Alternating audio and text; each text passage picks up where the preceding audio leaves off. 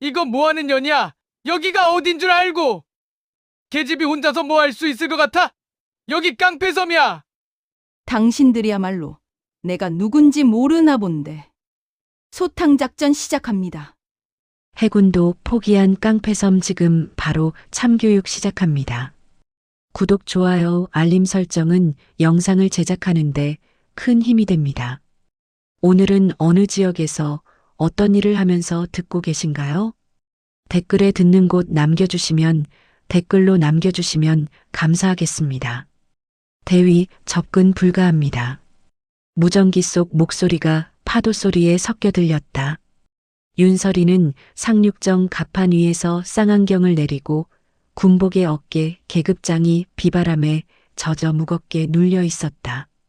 방파제 위로 어부복을 입은 남자들이 줄지어 서서 손에 든 것들을 하늘로 치켜들고 있었다. 뭘 던지고 있는 거냐?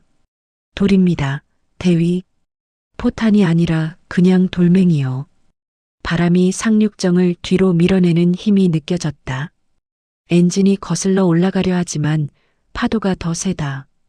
설인의 장갑 낀 손이 갑판 난간을 잡았을 때 차가운 금속이 손바닥을 통해 전해졌다. 해군이 뭐 별거냐? 방파제에서 들려오는 고함 소리. 그 뒤로 웃음소리가 섞여 나왔다. 여긴 우리 섬이야. 꺼져. 무전기가 다시 울렸다. 지휘관 김광호 중령의 목소리였다. 윤대위 들리나? 네, 중령님. 상황 보고받았다. 민간인들 맞나? 설이는 쌍안경을 다시 들어 올렸다. 방파제 위 남자들의 복장을 자세히 살폈다. 어부복이긴 하지만 어딘지 어색했다. 너무 깨끗하고 움직임도 어부 같지 않았다. 복장은 어부복입니다만. 하지만 동작이 다릅니다. 어부가 아닐 가능성이 높습니다. 중령의 한숨이 무전기를 통해 들려왔다. 확실한가? 네. 저들 중 몇 명은 문신이 보입니다. 어깨와 팔뚝에. 상륙정 엔진이 더 큰 소리를 내며 파도와 맞서고 있었다. 갑판이 좌우로 흔들릴 때마다 설인의 부츠 밑창이 미끄러질 뻔했다. 그녀는 무릎을 굽혀 중심을 낮췄다. 그때 방파제에서 누군가 소리쳤다. 야, 해군들아. 우리가 누군지 알고 덤비는 거야? 그 순간 한 명이 상의를 벗어 던졌다. 등 전체에 새겨진 용 문신이 선명하게 드러났다. 그와 동시에 다른 몇 명도 따라 상의를 벗었다. 모두 같은 형태의 문신이었다. 설인의 눈이 좁혀졌다. 어부 마을에서 이런 조직적인 문신을 가진 사람들이 이렇게 많을 리 없었다. 무전기에서 중령의 목소리가 다시 흘러나왔다. 대위, 민간인 피해를 최소화해야 한다. 이들이 진짜 어부라면. 중령님, 뭔가. 이들은 어부가 아닙니다. 무전기 너머로 잠깐의 정적이 흘렀다. 파도 소리만 들렸다. 확실한가? 네. 어부가 저런 식으로 조직적으로 대응하지 않습니다. 그리고 설이는 쌍안경을 내리고 상륙정의 선장을 돌아봤다. 저 방파제 뒤편 보이시나요?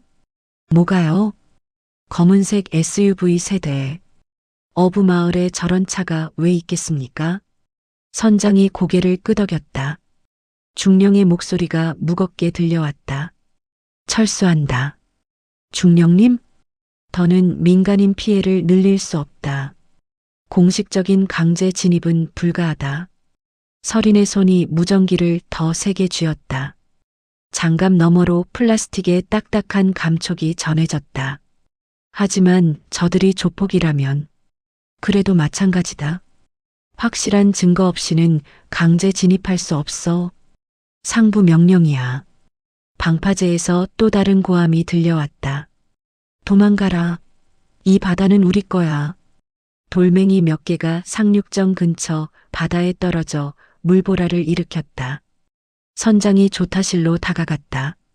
대위님, 후진하겠습니다. 잠깐만요. 설이는 다시 쌍안경을 들었다. 이번엔 방파제 뒤편을 자세히 살폈다. SUV들 사이로 또 다른 차들이 보였다. 트럭도 있었고 승합차도 있었다. 그리고 그 차들 주변으로 사람들이 움직이고 있었다.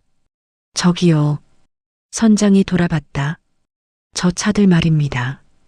저런 차가 어부마을에 저렇게 많이 있을 이유가 있을까요? 글쎄요. 없겠죠. 무전기에서 중령의 목소리가 다시 들려왔다. 윤대위, 응답하라. 네. 지금 즉시 철수해. 이건 명령이다. 알겠습니다. 서리는 무전기를 허리춤에 다시 꽂았다. 상륙정이 뒤로 물러나기 시작했다. 엔진 소리가 더 커졌고 프로펠러가 바닷물을 휘저으며 거품을 만들어냈다. 방파제 위 사람들이 환호성을 질렀다. 도망가, 도망가. 우리한테 덤볐다가 혼쭐 났지. 서리는 갑판 끝에서 그들을 지켜봤다. 환호하는 사람들 사이로 한 명이 휴대폰을 들고 통화하는 모습이 보였다. 다급한 손짓이었다. 보고하고 있군. 선장이 말했다. 네, 저 휴대폰 든 놈 말입니다. 누군가에게 보고하고 있어요. 서린의 시선이 그 남자에게 고정됐다. 통화가 끝나자 그가 다른 사람들에게 뭔가 지시했다. 그러자 사람들이 하나둘씩 방파제에서 내려가기 시작했다. 조직적이네요. 네. 일반 어부들의 행동이 아닙니다. 상륙정이 섬에서 점점 멀어졌다. 파도가 좀 더 잔잔해졌고 엔진 소리도 안정됐다. 서리는 마지막으로 섬을 돌아봤다. 방파제는 이미 거의 비어 있었다. 몇 명만 남아서 상륙정이 완전히 사라질 때까지 지켜보고 있었다. 무전기가 다시 울렸다. 윤대위. 네, 중령님. 기지로 복귀해서 보고서 작성하라. 알겠습니다. 그리고 대위. 네. 개인적으로 할 말이 있다. 복귀 후 내 사무실로 와라. 무전이 끊어졌다. 서리는 무전기를 내려다봤다. 중령이 뭔 말을 하려는 건지 대략 짐작이 갔다. 상륙정이 기지 방향으로 속력을 올렸다. 바람이 더 세게 불어와 서린의 군복을 휘날렸다. 그녀는 모자를 다시 쓰고 끈을 조였다. 하늘에서 헬기 소리가 들려왔다. 지원 헬기였다. 하지만 이제 필요 없었다. 작전은 실패했다. 서리는 다시 섬을 돌아봤다.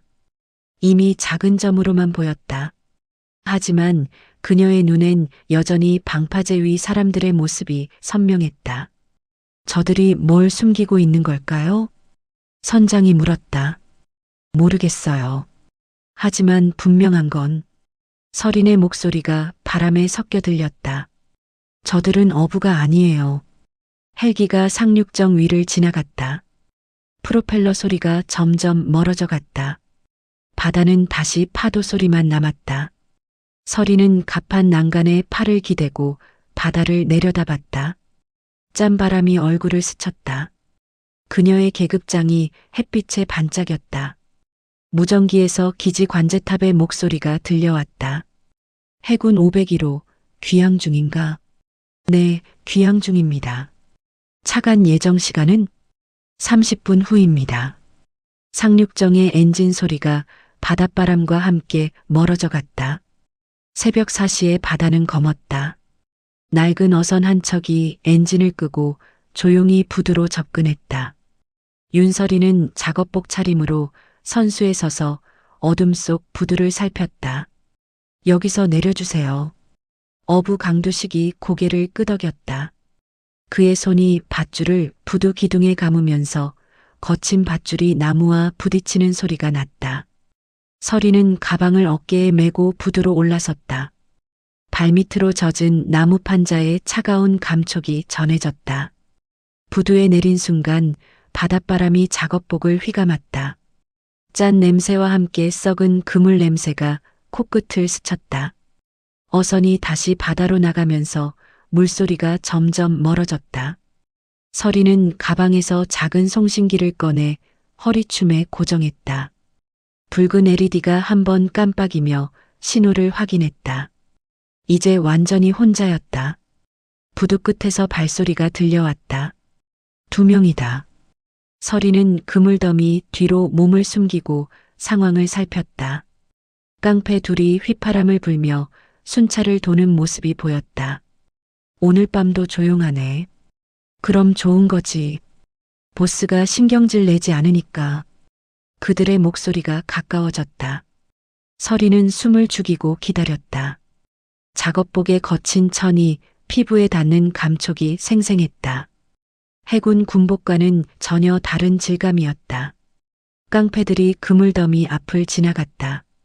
그들의 부츠가 젖은 바닥을 밟으며 내는 소리가 점점 멀어졌다.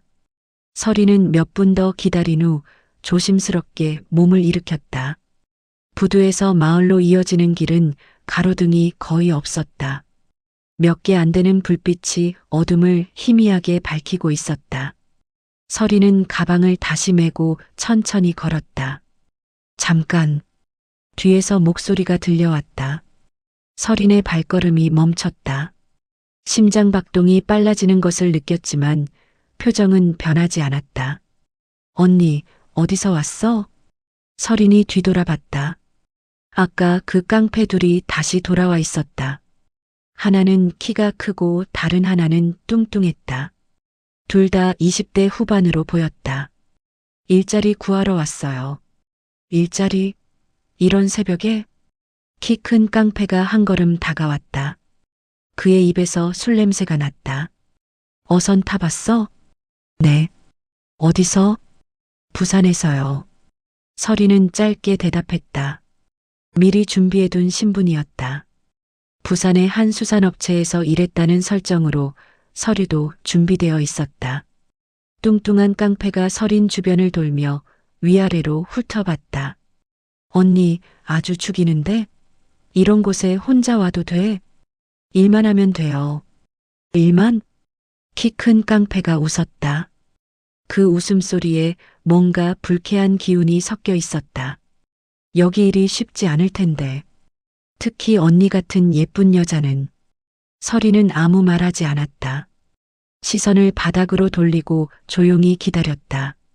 가방 끈을 더 세게 잡았다. 우리 보스가 좋아하겠는데? 뚱뚱한 깡패가 서린의 어깨에 손을 올리려 했다. 서린이 한 발짝 뒤로 물러섰다. 일만 하러 왔다니까요. 야, 여기서 일하려면 보스 허락 받아야 해. 그럼 보스한테 말해주세요. 서린의 목소리에 변화가 없었다. 하지만 허리춤의 송신기가 미세하게 진동했다. 긴장 상태를 감지한 신호였다. 그때 멀리서 불빛이 하나 켜졌다. 여관의 간판등이었다. 바다여관이라는 글자가 흐릿하게 보였다. 그 불빛 아래로 한 여자의 실루엣이 나타났다. 거기 누구야? 중년 여자의 목소리였다. 박미영이었다. 그녀가 여관 문 앞에서 이쪽을 바라보고 있었다. 아, 미영 누나네. 키 큰 깡패가 손을 흔들었다. 새벽에 뭐하고 있어? 일자리 구하러 온 언니가 있어요. 박미영이 천천히 다가왔다. 그녀의 발소리가 젖은 바닥을 밟으며 또렷하게 들렸다. 슬리퍼를 신은 발이었다. 일자리? 미영이 서린을 위아래로 살펴봤다. 그 시선이 오래 머물렀다. 마치 뭔가를 확인하는 것 같았다. 어디서 왔어? 부산에서요. 어떤 일 해봤고? 수산업체에서 일했어요. 금을 정리하고 생선 포장하고. 미영이 고개를 끄덕였다. 그녀의 눈빛이 서린의 손을 살폈다. 거칠어진 손이었다. 미리 준비해 온 것이다. 우리 여관에서 일손이 필요하긴 해. 정말요? 청소하고 설거지하고. 할 수 있겠어? 네. 미영이 깡패들을 돌아봤다. 얘들아, 됐다. 내가 처리할게. 누나, 보스한테 말 안 해도 돼? 내가 말할게. 가봐. 깡패들이 아쉬운 표정으로 물러났다. 키 큰 깡패가 가면서 서린에게 윙크를 했다. 언니 나중에 봐. 그들의 발소리가 멀어진 후 미영이 서린에게 다가왔다. 따라와. 두 사람이 여관 쪽으로 걸어갔다. 서린은 미영의 뒤를 따르며 주변을 살폈다. 여관 건물은 2층으로 되어 있었고 1층에는 작은 식당이 붙어 있었다. 방은 2층에 있어. 내일부터 일 시작하면 돼. 얼마 받을 수 있어요? 하루 5만 원. 숙식 제공. 감사합니다. 미영이 여관 문을 열었다. 삐걱거리는 소리가 새벽 공기를 갈랐다. 안에서 따뜻한 공기가 흘러나왔다. 그런데 미영이 문 앞에서 멈췄다. 정말 일자리 때문에 온 거야? 서린이 미영을 똑바로 봤다. 어둠 속에서도 미영의 눈빛이 예리하다는 것을 느낄 수 있었다. 네. 이 섬이 어떤 곳인지 알고 온 거야? 잘 모르겠어요. 그냥 일자리가 있다고 해서. 미영이 잠시 서린을 응시했다. 그 시선이 마치 뭔가를 읽으려는 것 같았다. 조심해. 여기는 복잡한 곳이야. 네. 특히 밤에는 혼자 다니지 마. 미영이 여관 안으로 들어갔다. 서린도 따라 들어가려는 순간 허리춤의 송신기가 다시 한번 깜빡였다. 아무도 보지 못하는 작은 빛이었다. 여관 로비는 작고 낡았다. 오래된 소파 하나와 작은 TV가 전부였다. 계단이 2층으로 이어져 있었다. 2층 끝방이야. 열쇠는 여기. 미영이 작은 열쇠를 건넸다. 서린이 받으려는 순간 두 사람의 손이 잠깐 닿았다. 미영의 손이 차갑다는 것을 느꼈다. 내일 아침 7시에 깨워줄게. 네. 서린이 계단으로 향했다. 나무 계단이 발걸음마다 삐걱거렸다. 2층은 더 조용했다. 복도 끝에 작은 방이 하나 있었다. 열쇠를 돌리며 문을 열었다. 방은 작았지만 깨끗했다. 작은 침대와 옷장, 그리고 창문이 하나 있었다. 창 밖으로 부두가 보였다. 서린은 가방을 내려놓고 창가로 갔다. 새벽 바다가 보였다. 어선 몇 척이 부두에 묶여 있었고 멀리서 파도 소리가 들려왔다. 허리춤의 송신기를 확인했다. 신호가 정상이었다. 기지와의 연결이 유지되고 있었다. 침대에 앉아 오늘 있었던 일을 정리했다. 깡패들의 반응, 미영의 시선, 그리고 이 섬의 분위기. 모든 것이 예상과 달랐다. 창 밖에서 새소리가 들려오기 시작했다. 동이 트기 시작하는 소리였다. 젓가락이 스테인리스 그릇을 두드리는 소리가 포장마차 안에 울렸다. 윤설이는 앞치마를 두른 채 김치를 썰고 있었다. 손끝에서 느껴지는 칼날의 차가운 감촉이 선명했다. 포장마차 창문 너머로 선착장이 훤히 보였다. 트럭 한 대가 창고 앞에 정차하고 있었다. 언니, 여기 소주 한 병 더.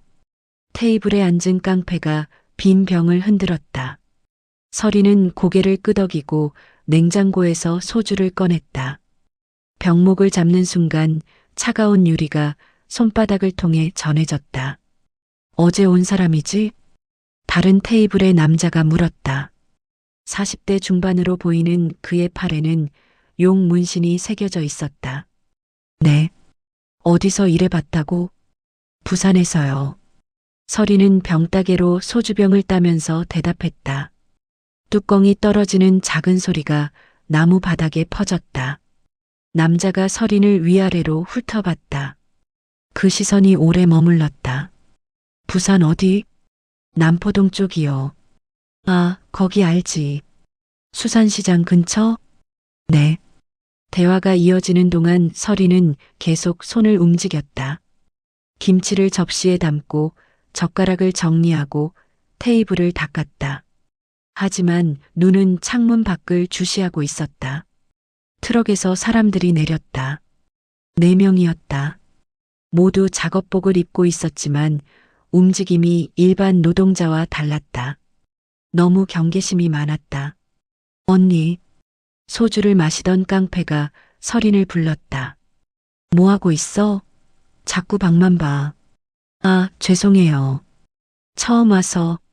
서린이 그의 잔에 소주를 따랐다. 투명한 액체가 잔을 채우는 소리가 들렸다. 여기 적응되면 괜찮을 거야. 깡패가 웃으며 말했다. 그 웃음에 뭔가 불쾌한 기운이 섞여 있었다. 우리가 잘 챙겨줄게. 용 문신 남자가 끼어들었다. 특히 밤에는 혼자 다니면 안 돼. 위험해. 무슨 위험이요? 바다가 깊어. 실수로 빠지면 못 나와. 남자들이 웃었다. 하지만 그 웃음소리가 포장마차 안 공기를 무겁게 만들었다. 서리는 행주로 테이블을 닦으며 고개를 끄덕였다. 행주의 거친 질감이 손에 느껴졌다. 창고 앞에서 트럭 짐칸이 열렸다. 안에서 나오는 것들이 보였다. 상자들이었다. 크기가 제각각이었고 일부는 꽤 무거워 보였다. 두 명이 힘을 합쳐 옮기고 있었다. 언니, 또 딴 데 보내? 소주 깡패가 비꼬는 투로 말했다. 아, 미안해요. 뭐가 그렇게 궁금해? 아니에요. 그냥. 서린이 말을 멈췄다. 이때 포장마차 입구로 한 남자가 들어왔다. 50대 정도로 보이는 그는 다른 사람들과 분위기가 달랐다. 정장을 입고 있었고 태도도 더 당당했다. 보스님, 테이블에 앉아있던 남자들이 일어섰다. 앉아. 보스가 손짓했다. 그의 목소리는 낮고 무거웠다. 세 사람이네. 보스가 서린을 봤다. 그 시선이 예리했다. 네, 어제 왔어요. 서린이 고개를 숙였다. 어디서? 부산에서요. 일 잘해? 열심히 하겠습니다. 보스가 빈 테이블에 앉았다.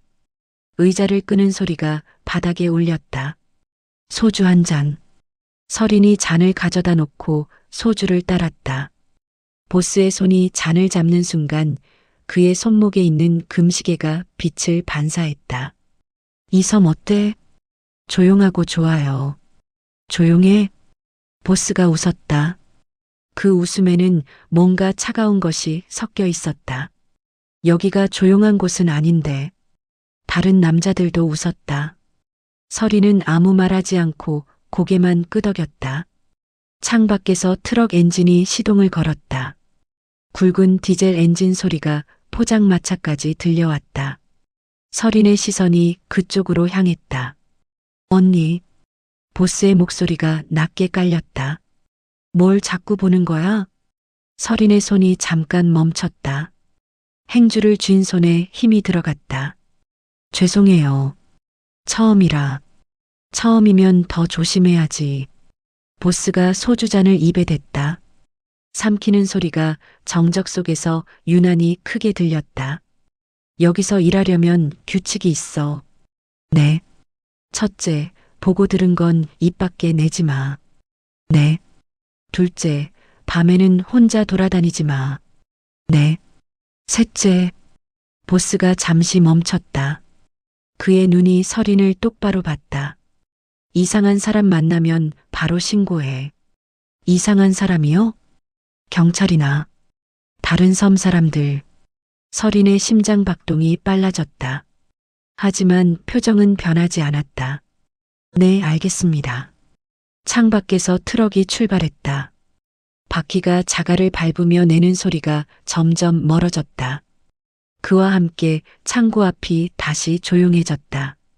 착한 아가씨네. 보스가 다시 웃었다.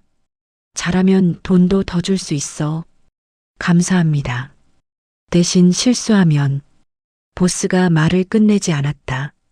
그냥 소주잔을 비웠다. 빈 잔이 테이블에 놓이는 소리가 작게 울렸다. 가볼게. 보스가 일어섰다. 다른 남자들도 따라 일어났다. 언니, 우리 말 잘 들어. 용 문신 남자가 나가면서 말했다. 그래야 오래 살지. 웃음소리가 포장마차 밖으로 멀어져 갔다. 서리는 혼자 남겨졌다.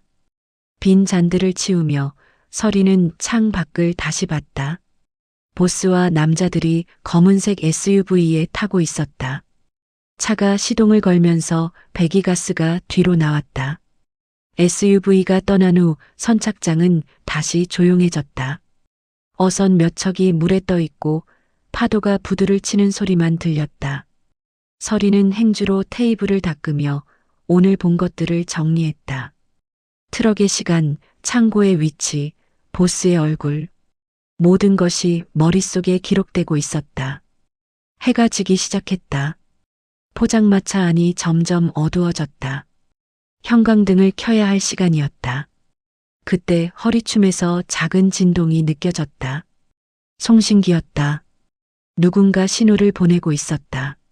서리는 주변을 살핀 후 가슴 주머니에서 작은 기계를 꺼냈다. LED가 3번 깜빡였다. 기지에서 보내는 신호였다. 잠깐의 정적이 흘렸다. 바깥에서 바람 소리만 들렸다. 형광등 스위치에 손을 대는 순간 멀리서 발소리가 들려왔다. 술집 뒷문의 전등이 깜빡이며 꺼졌다. 윤서리는 어둠 속에서 잠시 멈춰섰다. 바닥에 흩어진 종이들이 바람에 날렸다. 그 중 하나가 그녀의 발밑에 떨어졌다. 구겨진 전표였다. 서린이 몸을 숙여 그것을 집어들었을 때 가로등 불빛이 종이 위에 글자를 비췄다. 군청 용역비 이체 내역. 그 아래로 금액과 날짜가 적혀 있었다. 5천만 원. 지난달 25일. 서린의 눈이 좁혀졌다. 해군이 상륙을 시도한 날과 정확히 일치했다. 전표를 접어 가슴 주머니에 넣는 순간 뒤에서 발소리가 들려왔다. 둔한 소리였다. 술에 취한 사람의 걸음이었다. 언니. 술 냄새와 함께 목소리가 가까워졌다. 서리는 뒤돌아봤다. 오늘 포장마차에서 봤던 깡패 둘이 비틀거리며 다가오고 있었다. 아직 안 잤네? 키 큰 깡패가 웃으며 말했다. 그의 얼굴이 가로등 불빛에 반쯤 비춰졌다. 일 마치고 가는 길이에요.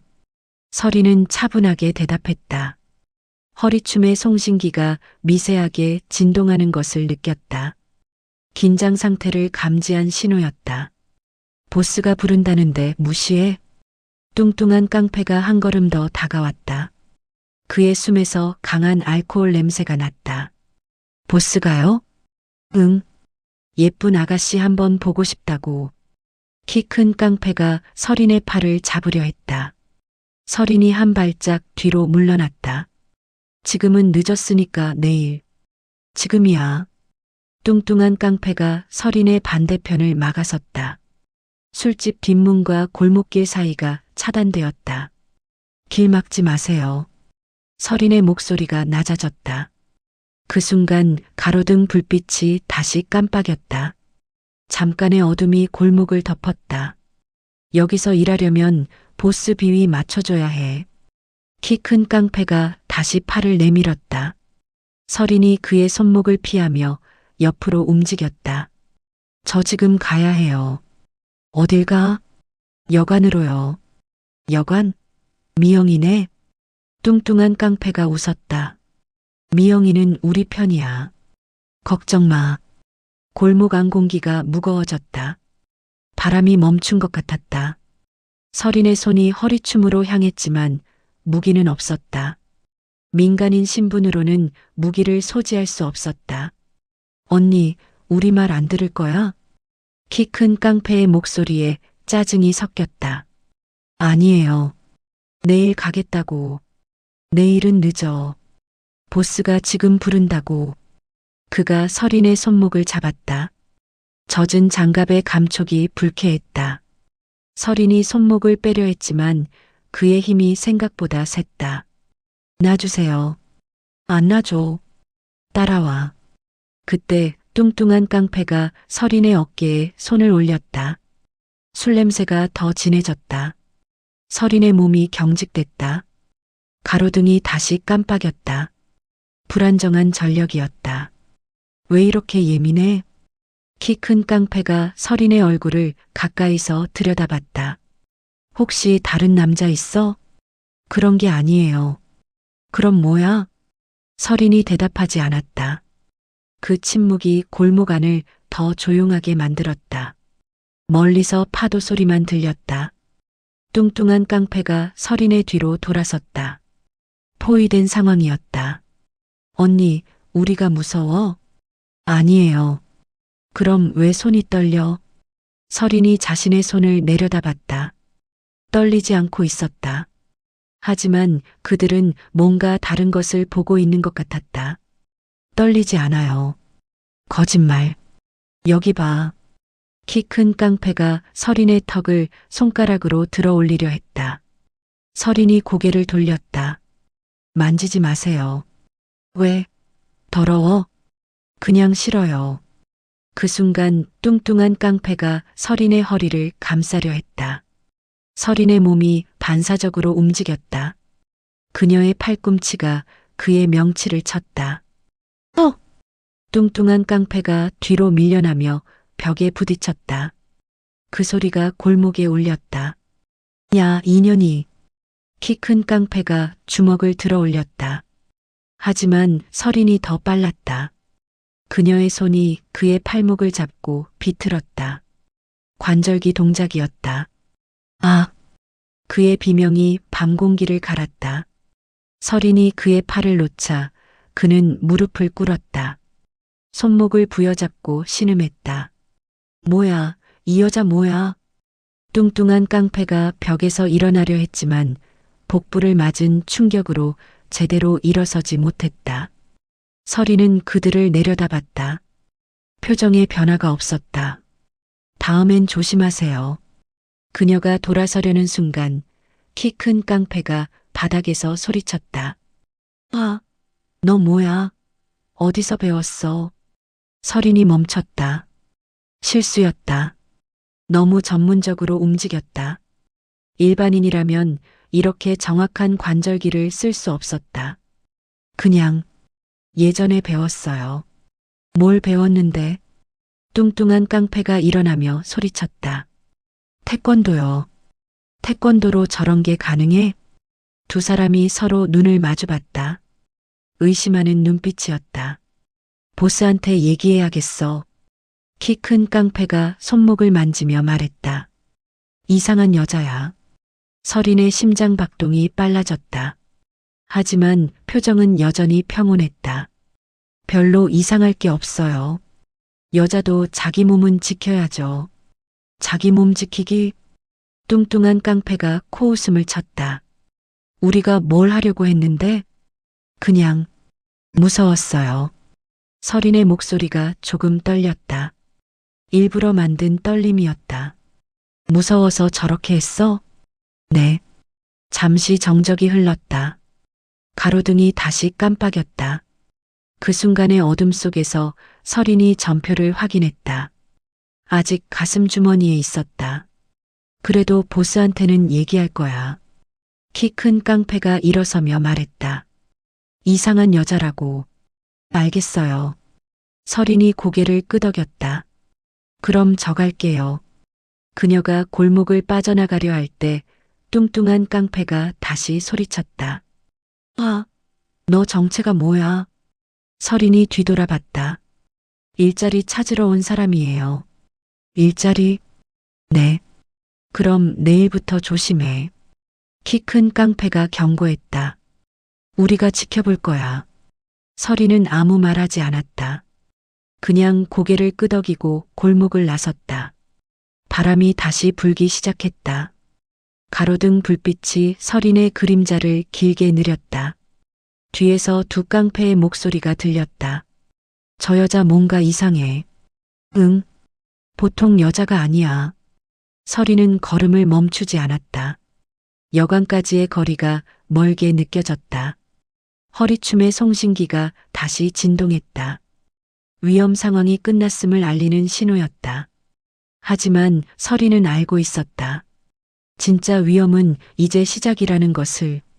가로등이 한 번 더 깜빡이고 완전히 꺼졌다. 골목이 어둠에 잠겼다. 멀리서 바다의 파도 소리가 들려왔다. 방문이 닫히는 소리가 멈췄다. 윤설이는 여관 방 안에 혼자 서 있었다. 바깥의 모든 소음이 차단된 것 같았다. 파도 소리도 바람 소리도 희미하게만 들렸다. 벽시계의 초침 소리만 또렷했다. 가방을 바닥에 내려놓았다. 무게감이 발끝으로 전해졌다. 작업복이 몸에 달라붙어 있었다. 땀과 바닷바람의 냄새가 섞여 있었다. 설이는 창가로 걸어갔다. 유리창이 차가웠다. 손바닥을 대자 체온이 유리로 전해지면서 뿌옇게 서렸다. 창 밖으로 부두가 보였다. 가로등 하나가 깜빡이고 있었다. 불안정한 전력이었다. 침대 가장자리에 앉았다. 스프링이 삐걱거렸다. 허리춤에서 송신기를 꺼내 책상 위에 놓았다. 작은 LED가 규칙적으로 깜빡이고 있었다. 기지와의 연결이 유지되고 있다는 신호였다. 가슴 주머니에서 구겨진 전표를 꺼냈다. 군청 용역비 이체 내역. 그 글자들이 형광등 불빛 아래서 선명하게 드러났다. 5천만 원. 지난달 25일. 해군이 상륙을 시도한 날이었다. 설이는 전표를 펼쳐 책상 위에 놓았다. 종이가 바스락거렸다. 구겨진 자국이 여러 개 있었다. 누군가 버리려고 했던 것이다. 물 한 컵을 따라 마셨다. 플라스틱 컵의 차가운 감촉이 입술에 닿았다. 물이 목구멍을 타고 내려가며 차가운 흔적을 남겼다. 책상 앞에 앉아 작은 노트를 꺼냈다. 메모용으로 준비한 것이었다. 펜을 들고 오늘 본 것들을 정리하기 시작했다. 트럭이 창고에 도착한 시간. 오후 2시 30분. 상자의 개수. 대략 15개. 보스가 포장마차에 나타난 시간. 오후 4시. 깡패들의 순찰 패턴. 이 시간마다 펜이 종이 위를 움직이며 작은 소리를 냈다. 글자들이 하나씩 늘어났다. 갑자기 오늘 밤의 일이 떠올랐다. 골목에서 깡패들과 부딪힌 순간 그들의 의심스러운 눈빛, 그리고 자신이 보여준 전문적인 제압술. 실수였다. 설이는 펜을 내려놓았다. 손끝이 미세하게 떨렸다. 긴장이 아니라 피로였다. 하루 종일 긴장 상태를 유지한 탓이었다. UDT 훈련소에서의 기억이 떠올랐다. 교관이 말했던 것. 잠입작전에서 가장 위험한 순간은 정체가 들킬 뻔한 그 순간이다. 그때 어떻게 대처하느냐가 작전의 성패를 가른다. 지금이 바로 그 순간이었다. 설이는 일어나 창가로 갔다. 부두가 조용했다. 깡패들의 모습은 보이지 않았다. 아마 술집으로 돌아갔을 것이다. 하지만 그들은 분명 보스에게 오늘 일을 보고할 것이다. 내일부터는 더 조심스럽게 움직여야 했다. 책상으로 돌아와 다시 앉았다. 노트를 넘기며 새로운 페이지를 펼쳤다. 섬의 지도를 그리기 시작했다. 기억에 의존한 대략적인 지도였다. 부두, 창고, 포장마차, 여관, 보스의 집. 하나씩 표시해 나갔다. 각 건물 사이의 거리와 위치 관계를 최대한 정확하게 그렸다. 그리고 보스의 집에 동그라미를 쳤다. 그곳에 중요한 서류들이 있을 것이었다. 오늘 주운 전표는 빙산의 일각일 뿐이었다. 시계를 봤다. 새벽 2시였다. 섬이 가장 조용한 시간이었다. 깡패들도 잠들었을 시간이다. 설이는 가방에서 작은 카메라를 꺼냈다. 디지털 카메라였다. 셔터음을 최소화할 수 있는 모델이었다. 배터리를 확인하고 메모리 카드를 점검했다. 준비는 끝났다. 하지만 아직 움직일 수는 없었다. 오늘 밤의 일로 인해 깡패들이 경계하고 있을 가능성이 높았다. 하루 정도 더 기다리는 것이 안전했다. 내일 밤이면 충분할 것이다. 설이는 노트를 덮고 펜을 내려놓았다. 의자에서 일어나 침대로 향했다. 작업복을 벗고 간단한 잠옷으로 갈아입었다. 침대에 누워 천장을 올려다봤다. 낡은 천장지가 곳곳에서 벗겨져 있었다.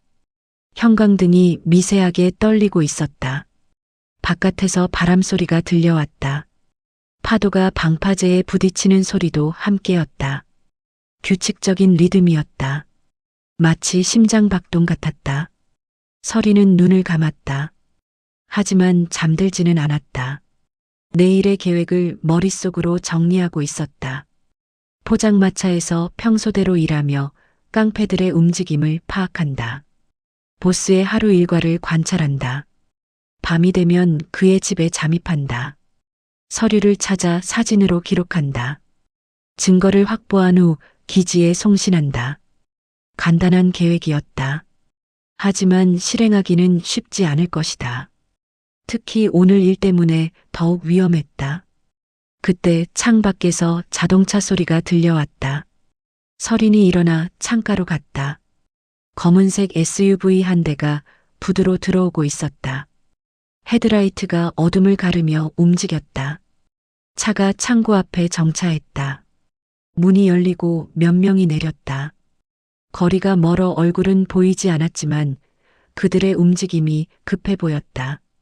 서리는 숨을 죽이고 지켜봤다. 남자들이 창고로 들어갔다. 잠시 후 불빛이 창고 안에서 새어나왔다. 손전등 불빛이었다. 10분 정도 지난 후 그들이 다시 나왔다. 손에 상자 몇 개를 들고 있었다. 작은 상자들이었다. 쉽게 들 수 있을 정도의 크기였다. 상자들을 SUV에 실은 후 그들이 차에 탔다. 엔진이 시동을 걸었고 SUV가 부두를 빠져나갔다. 헤드라이트가 점점 멀어져 갔다. 서리는 창가에 서서 그들이 완전히 사라질 때까지 지켜봤다. 야간에 이런 움직임이 있다는 것은 뭔가 중요한 물건을 옮기고 있다는 의미였다. 낮에는 할 수 없는 일이었다. 노트를 다시 꺼내 이 내용을 기록했다. 시간과 차량 정보, 그리고 상자의 개수까지. 기록을 마친 후 서리는 다시 침대에 누웠다. 하지만 이번에는 잠들기 어려웠다. 방금 본 장면이 계속 머릿속에 맴돌았다. 시계 소리가 더 크게 들렸다. 똑딱, 똑딱. 시간이 천천히 흘러갔다. 새벽 3시가 되어서야 서린의 눈이 감겼다. 하지만 깊이 잠들지는 못했다. 언제든 깰 수 있는 얕은 잠이었다. 멀리서 닭 우는 소리가 들려오기 시작했다. 동이 트고 있었다. 서린의 손가락이 베개 위에서 미세하게 움직였다. 무의식적으로 작전 신호를 그리고 있었다. 창문 너머로 희미한 빛이 스며들기 시작했다. 빗방울이 창문을 두드리는 소리가 멈췄다. 윤서리는 보스의 집 담장 너머에서 숨을 죽이고 기다렸다. 새벽 3시의 정적이 마을 전체를 덮고 있었다. 가로등 하나가 깜빡이며 불안정한 빛을 내뿜고 있었고 그 외에는 모든 것이 어둠 속에 잠겨 있었다. 집 안에서는 아무런 소리도 들려오지 않았다. 보스가 잠든 것 같았다. 서리는 담장을 넘어 마당으로 들어섰다. 젖은 풀이 부츠 밑에서 눌렸다. 한 발짝씩 조심스럽게 움직였다. 부엌 창문이 반쯤 열려 있었다. 서리는 그 틈으로 집안을 살폈다. 거실에 작은 테이블이 하나 있고 그 위에 서류들이 쌓여 있었다. 바로 그것이었다. 창문을 조심스럽게 더 밀어 열었다. 삐걱거리는 소리가 날까봐 천천히 움직였다. 찬 공기가 얼굴에 닿았다. 몸을 구부려 창문으로 들어갔다. 바닥에 발을 디딜 때 나무 마루가 미세하게 삐걱였다. 서리는 몸을 멈추고 몇 초간 기다렸다. 2층에서는 여전히 아무 소리도 들리지 않았다. 거실로 다가가 테이블 위의 서류들을 살펴봤다. 여러 종류의 문서들이 흩어져 있었다. 계약서, 은행 거래 내역서, 그리고 공문서들이었다. 첫 번째 서류를 집어들었다. 토지 강제 매입 계약서라는 제목이 보였다. 서린의 눈이 좁혀졌다. 강두식의 이름이 적혀 있었다. 매입 가격은 시가의 절반도 안 되는 금액이었다. 두 번째 서류는 은행 송금 내역서였다. 수취인은 김광호 중령이었다. 서린의 심장이 빨라졌다. 해군 내부의 김광호 중령이었다. 그가 보스와 연결되어 있었던 것이다. 세 번째 서류에는 군청 용역비라는 항목이 있었다. 매월 일정 금액이 공무원들에게 지급되고 있었다. 뇌물이었다. 서린은 가방에서 소형 카메라를 꺼냈다. 셔터음을 최소한 설정으로 바꾸고 서류들을 하나씩 촬영하기 시작했다. 플래시는 사용하지 않았다. 가로등의 희미한 빛만으로도 충분했다. 이게 있었구나. 마지막 서류를 촬영하고 있을 때였다. 뒤에서 문이 열리는 소리가 들렸다. 서린의 몸이 얼어붙었다. 보스가 계단에서 내려오고 있었다. 슬리퍼를 신고 있어서 발소리가 거의 들리지 않았다. 서린은 재빨리 커튼 뒤로 몸을 숨겼다. 뭐가 이상하네. 보스가 중얼거렸다. 거실로 들어와 테이블 주변을 살폈다. 서류들의 위치가 조금 바뀐 것을 눈치챈 것 같았다. 서린은 숨을 죽이고 커튼 뒤에 붙어 있었다. 보스와의 거리는 3미터도 안 됐다. 그의 숨소리까지 들렸다. 창문이 열려 있네. 보스가 부엌 창문으로 갔다. 서린이 들어온 그 창문이었다. 그가 창문을 닫으며 밖을 내다봤다. 바람 때문인가. 혼잣말을 하며 보스가 다시 거실로 돌아왔다. 그는 테이블 위의 서류들을 정리하기 시작했다. 하나하나 확인하며 순서대로 쌓아 올렸다. 이제 누구도 못 건드려. 보스가 서류를 서랍 안에 넣으며 말했다. 해군도 경찰도 이제 우리 편이야. 그의 목소리에 자신감이 섞여 있었다. 이 섬은 완전히 우리 거지. 서린은 커튼 사이로 그를 지켜봤다. 보스가 서랍을 잠그고 열쇠를 주머니에 넣었다. 중요한 서류들은 모두 그 서랍 안에 있었다. 보스가 담배 한 개비를 꺼내 입에 물었다. 라이터를 켜는 순간 작은 불꽃이 어둠을 밝혔다. 담배 연기가 피어오르며 방 안에 퍼졌다. 내일부터는 더 조심해야겠어. 보스가 창밖을 보며 말했다. 새로운 여자, 뭔가 이상하다고 했지. 서린의 심장이 빨라졌다. 자신에 대한 얘기였다. 내일 한 번 더 확인해 봐야겠어. 담배를 피우며 보스가 거실을 한 바퀴 돌았다. 서린은 더욱 몸을 움츠렸다. 커튼의 무늬가 몸에 닿는 감촉이 거칠었다. 5분 정도 지난 후 보스가 담배를 끄고 다시 2층으로 올라갔다. 발소리가 점점 멀어졌다. 침실 문이 닫히는 소리가 들렸다. 서린은 10분 더 기다렸다. 완전히 안전해졌는지 확인하기 위해서였다. 2층에서는 다시 조용해졌다. 조심스럽게 커튼에서 나와 부엌 창문으로 갔다. 보스가 닫아놓은 창문을 다시 열었다. 찬 공기가 얼굴에 닿았다. 창문으로 나가기 전에 마지막으로 거실을 돌아봤다. 서랍이 잠겨 있었지만 상관없었다. 이미 필요한 사진들은 모두 촬영했다. 그리고 보스의 독백까지 들었다. 결정적인 증거들이었다. 창문으로 나가 담장을 넘었다. 마당에 젖은 풀이 다시 발밑에서 눌렸다. 가로등에 깜빡이는 빛이 여전히 불안정했다. 담장 너머로 완전히 나온 후 서린은 뒤돌아 보스의 집을 봤다. 2층 창문에는 여전히 불이 꺼져 있었다. 조용했다. 여관으로 돌아가는 길에 서린은 오늘 밤의 성과를 정리했다. 토지 강매 증거, 해군 간부 매수 증거, 공무원 뇌물 증거, 그리고 보스의 자백까지. 이제 이 모든 것을 기지에 전송하기만 하면 됐다. 여관에 도착해 방에 들어갔다. 문을 잠그고 카메라를 켰다. 촬영한 사진들을 하나씩 확인했다. 모두 선명하게 나와 있었다. 컴퓨터를 켜고 암호화 프로그램을 실행했다. 사진들을 기지로 전송하기 위한 준비였다. 송신이 시작되자 작은 불빛이 깜빡이기 시작했다. 전송이 완료될 때까지 20분이 걸렸다. 마지막 사진이 전송되자 확인 메시지가 떴다. 수신 완료. 서리는 안도의 숨을 내쉬었다. 이제 증거들이 안전한 곳에 보관되었다. 창밖을 보니 하늘이 조금씩 밝아지고 있었다. 새벽이 오고 있었다. 작전의 가장 중요한 부분이 끝났다.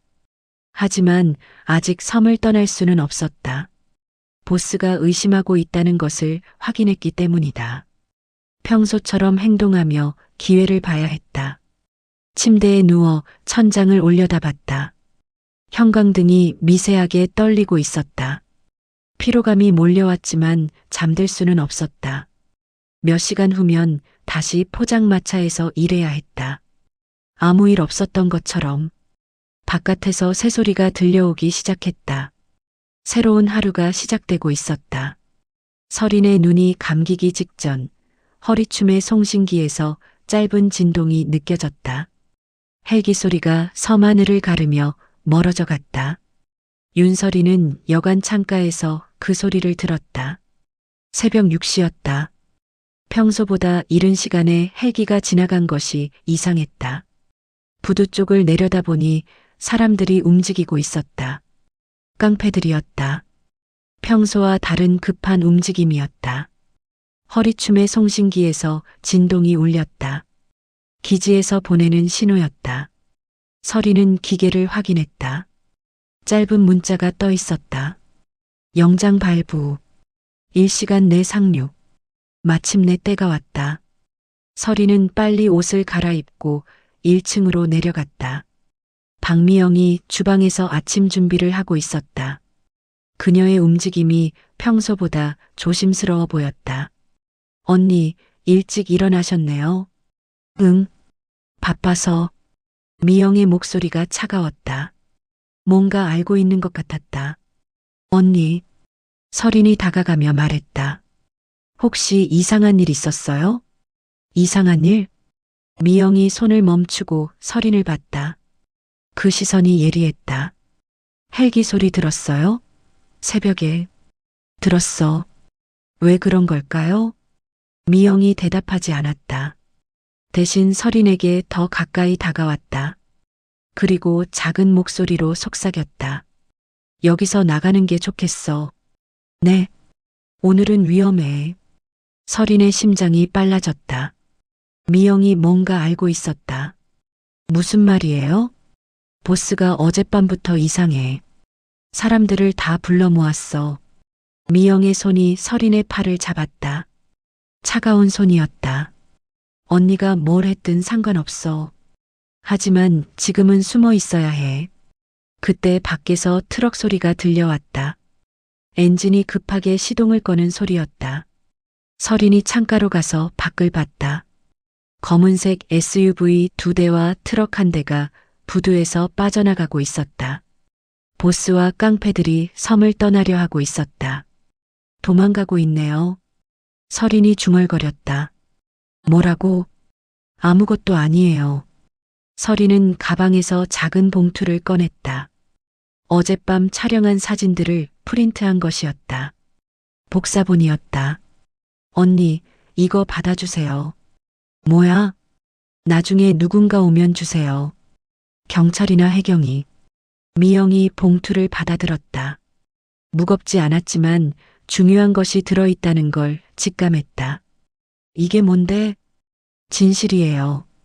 서린의 목소리가 조용했다. 이 섬에서 일어난 진실. 미영의 눈이 커졌다.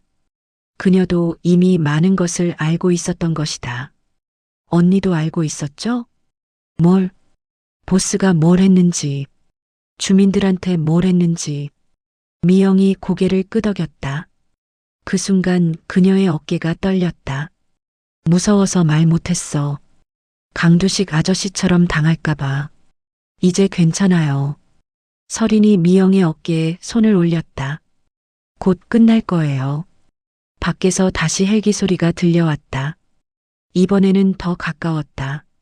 그리고 멈추지 않고 섬 위를 맴돌고 있었다. 해경이야. 미영이 창밖을 보며 말했다. 드디어 왔구나. 헬기가 부두 근처에 착륙하는 소리가 들렸다. 프로펠러 바람이 창문을 흔들었다. 먼지가 공중에 날렸다. 서리는 송신기를 확인했다. 새로운 메시지가 와 있었다. 상륙 완료. 작전 개시. 언니, 저 나가 볼게요. 위험해. 괜찮아요. 서린이 문으로 향했다. 미영이 뒤에서 따라왔다. 밖에 나가자 헬기에서 해경들이 내리고 있었다. 10명 정도였다. 모두 무장하고 있었다. 지휘관으로 보이는 사람이 앞장서고 있었다. 부두에 있던 몇몇 주민들이 그들을 바라봤다. 놀란 표정이었지만 적대적이지는 않았다. 오히려 안도하는 것 같았다. 여기 누구 책임자입니까? 지휘관이 큰 소리로 물었다. 강두식이 앞으로 나왔다. 그의 얼굴에는 오랜만에 희망이 보였다. 저희가 신고한 건가요? 박태현 씨는 어디 계십니까? 보스 말씀이시면 아까 떠났습니다. 언제? 30분 전쯤에요. 지휘관이 무전기에 대고 말했다. 도주 차량 추적 요청. 검은색 SUV 2대, 트럭 1대. 그때 서린이 앞으로 나갔다. 저기요. 지휘관이 그녀를 봤다. 뭔가요? 증거가 있어요. 서린이 미영을 불러 봉투를 받았다. 이 안에 모든 것이 들어있어요. 지휘관이 봉투를 받아들고 내용을 확인했다. 사진들과 문서들이었다. 그의 표정이 진지해졌다. 이게 뭡니까? 토지 강매 증거, 공무원 매수 증거, 그리고 해군 간부 매수 증거입니다. 지휘관의 눈이 커졌다. 어떻게 이런 걸?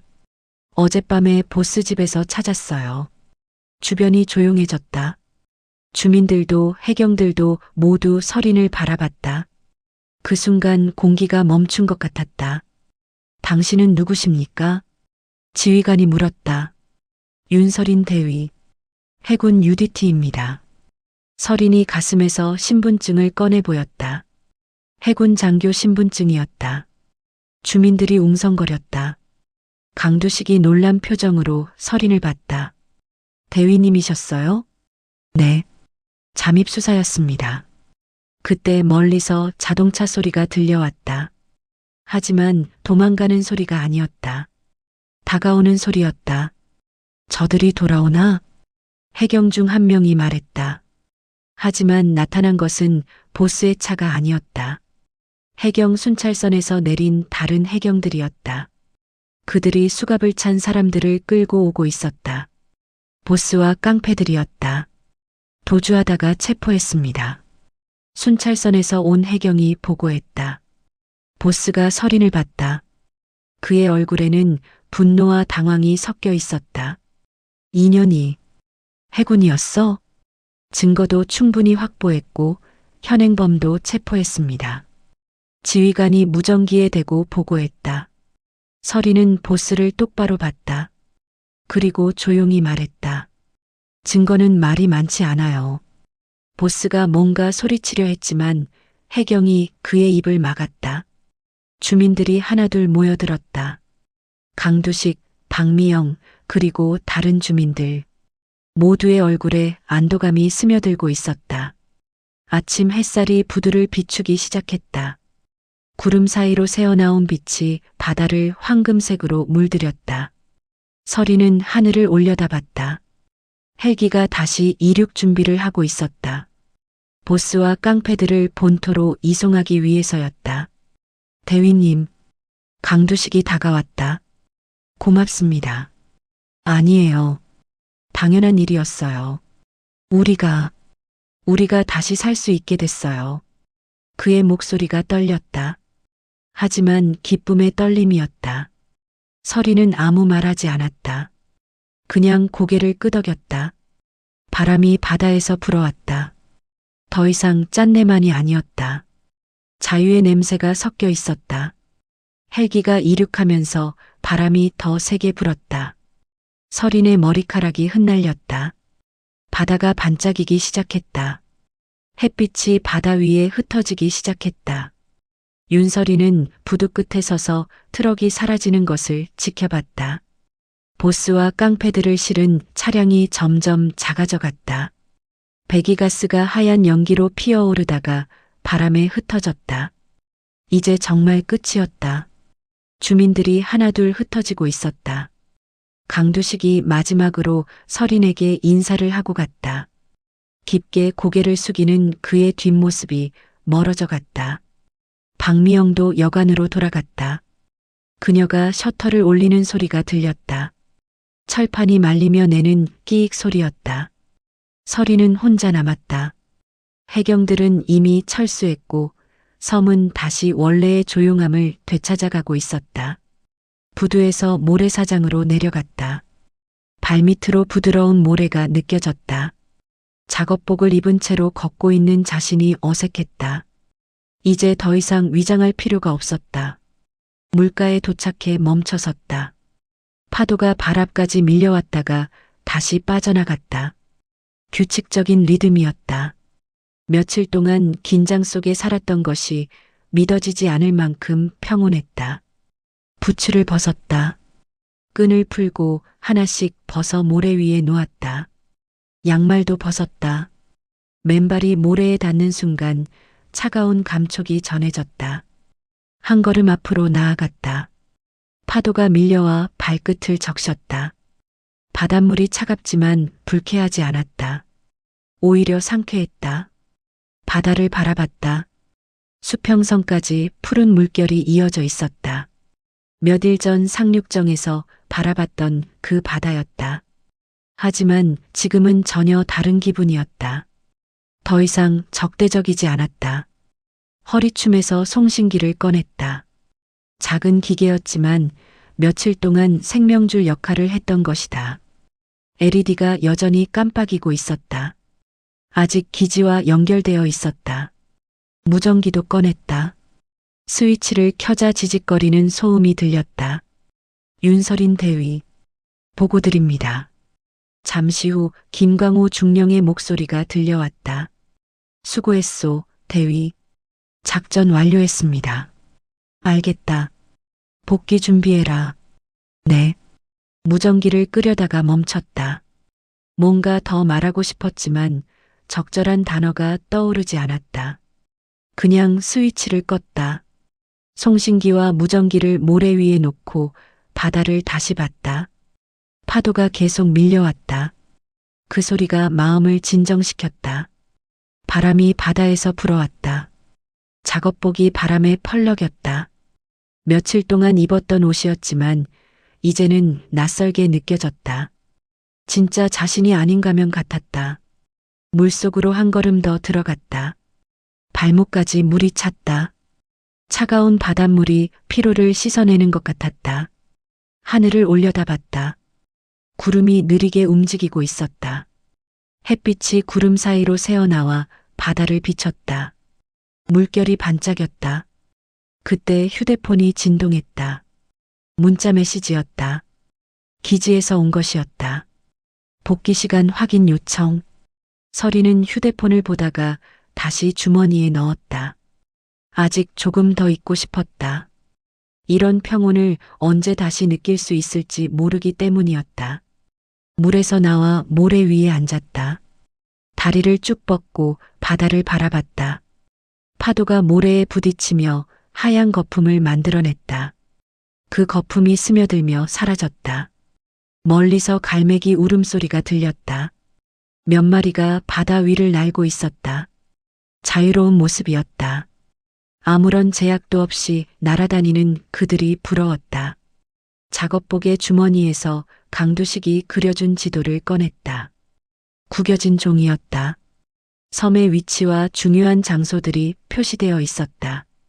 이제 더 이상 필요 없는 것이었다. 지도를 찢어서 바람에 날려버릴까 생각했지만 그러지 않았다. 대신 주머니에 다시 넣었다. 기념품으로 간직하고 싶었다. 바람이 더 세게 불기 시작했다. 머리카락이 흩날렸다. 작업복의 소매가 팔뚝에 달라붙었다. 바람 속에서 짠내가 더 진하게 느껴졌다. 일어서서 부츠를 다시 신었다. 젖은 발에 양말을 신는 것이 불편했지만 참았다. 이제 정말 떠날 시간이었다. 송신기와 무전기를 다시 챙겼다. 무거운 짐은 아니었지만 그동안 함께한 동반자 같았다. 부두로 돌아가는 길에 한 번 더 뒤돌아봤다. 자신이 발자국을 남긴 모래사장이 보였다. 파도가 밀려와 그 흔적들을 지우고 있었다. 박미영의 여관 앞을 지나갔다. 그녀가 창가에서 손을 흔들었다. 설인도 손을 흔들어 응답했다. 말은 필요 없었다. 서로가 무엇을 느끼는지 알고 있었다. 부두에 도착하자 어선 한 척이 기다리고 있었다. 기지에서 보낸 픽업용 배였다. 선장이 설인을 보고 고개를 끄덕였다. 대위님 타세요. 네. 배에 올라서며 마지막으로 섬을 봤다. 작은 섬이었지만 많은 일이 일어났던 곳이었다. 그리고 이제는 평화를 되찾은 곳이었다. 엔진이 시동을 걸었다. 배가 부두에서 멀어지기 시작했다. 물소리가 배 밑에서 들렸다. 섬이 점점 작아져 갔다. 멀리서 보니 정말 작은 점 같았다. 하지만 그곳에서 벌어진 일들은 작지 않았다. 바람이 얼굴에 닿았다. 더 이상 섬의 바람이 아니라 바다의 바람이었다. 햇빛이 잔잔히 물 위에 흩어지고 있었다. 파도 소리가 멀어져 갔다. 조용한 바다만 남았다.